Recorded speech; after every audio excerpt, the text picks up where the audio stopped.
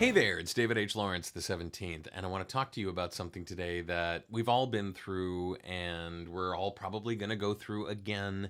But I want to help you recognize it and I want to help you avoid the consequences of it if I can. I've talked in these videos a number of times about how, as human beings, we really hate to not know the answer to something.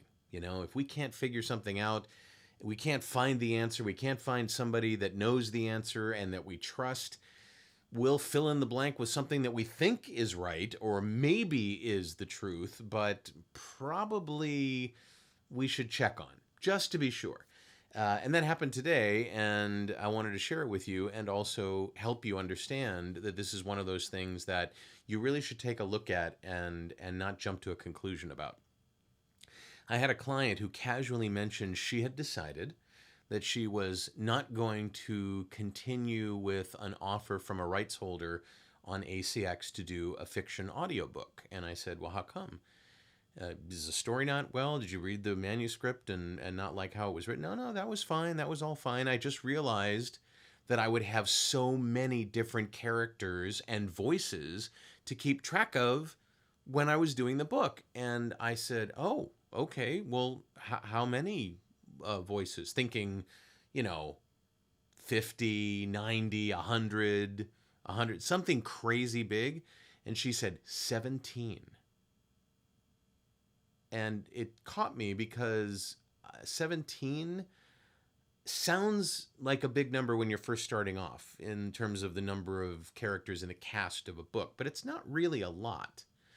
I bet you can come up with 17 people that you're familiar with, but most people don't know, but that you could imitate their voice just because you're familiar with them. And when you do audiobooks, you get familiar with the characters on a very, very organic level.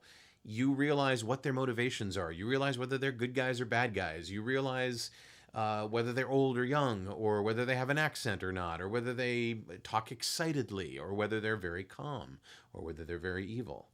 And when you deal with that, you tend to start to compartmentalize them in your head without having to keep some sort of a spreadsheet.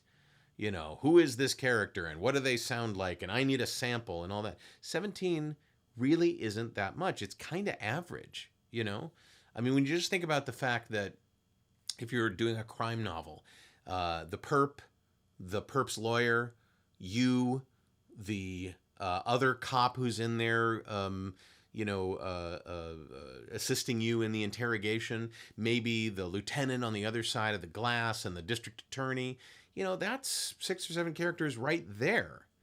So 17 is not a lot. It just sounds like a lot when you don't know any better.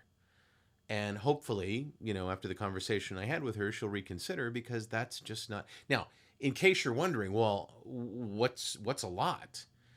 Jim Dale did close to 200 different voices and kept them all straight in the American version of Harry Potter, and I believe it was the Goblet of Fire.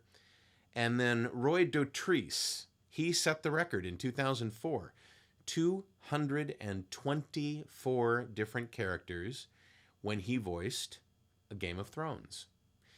So 8 characters, 10 characters, 17 characters, probably not as much as you think it is. And I think you're going to find that the actual heft of the book and the number of times that you meet these characters are going to help you easily remember what they sound like, how they talk, what their approach is, and things like that. But I get that 17 sounds like, oh my God, how am I ever going to keep that straight? I wonder what you think about this. Has this stopped you from doing fiction books before? I mean, and fiction books isn't the only area. I mean, nonfiction books can have a lot of characters in them as well.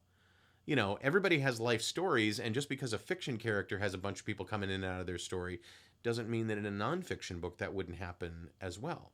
But tell me what you think in the comments below. Give me a little reaction to this if you would. If you'd like to join my list and notice when these be notified when these videos come out every day for the rest of the year, go ahead and fill out the box that says get on the list. We'd love to have you. And again, give me a comment. Let me know what you think about all this. I'm David H. Lawrence, the 17th. I thank you so much for watching, and I will talk to you tomorrow.